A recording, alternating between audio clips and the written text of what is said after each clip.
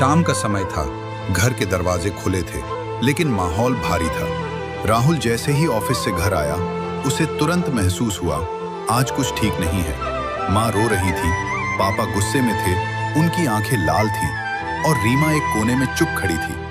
राहुल ने पूछा, क्या हुआ? पापा बोले, अपनी बहन से पूछ, उसने क्या किया है।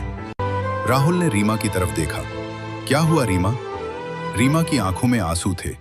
वो कुछ कहना चाहती थी, लेकिन शब्द नहीं निकल रहे थे। माँ बोली, उसने घर छोड़ने की चिट्ठी लिखी है। राहुल सन्न रह गया। क्या?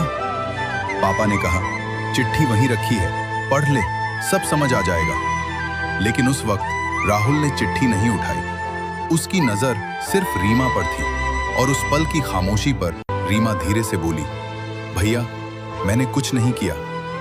पापा बोले, अब सफाई देने से कुछ नहीं होगा। घर में सन्नाटा फैल गया। जहां पहले हंसी थी, अब सिर्फ शक था।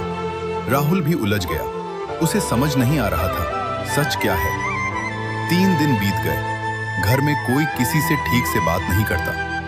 रीमा अपने कमरे में बंद रहती, माँ चुपचाप खाना रख देती, पापा गुस्से में रहते और राहुल बस सोचता रहता। एक ही घर में सब अजनबी बन गए थे। तीसरे दिन राहुल से रहा नहीं गया। उसने सोचा, आखिर ये सब चल क्या रहा है। वो टेबल के पास गया जहां वो चिट्ठी रखी थी। उसने चिट्ठी उठाई और पढ़ना शुरू किया। मैं अब इस घर में नहीं रह सकती। मुझे अपने फैसले खुद लेने हैं, इसलिए मैं जा रही हूं। राहुल कुछ पल चुप रहा, फिर उसकी नजर लिखावट पर गई। ये रीमा की हैंडराइटिंग नहीं है और रीमा ऐसे शब्द कभी लिख ही नहीं सकती। अब उसे पूरा यकीन हो गया था। राहुल तुरंत रीमा के कमरे में गया। रीमा, सच बताओ, ये चिट्ठी तुमने नहीं लिखी ना? रीमा रो पड़ी। भैया, मैं कब से यही कह रही हूं। ये चिट्ठी मेरी दोस्त पूजा की है। उसके घर में बहुत झगड़े होते थे। वो घर छोड़ने वाली थी। मैं उसे समझा रही थी। शायद गलती से ये चिट्ठी मेरी किताब में रह गई। राहुल को सब समझ आ गया। वो तुरंत पापा के पास गया। पापा, हमसे बहुत बड़ी गलती हो गई। पापा का गुस्सा धीरे धीरे टूट गया।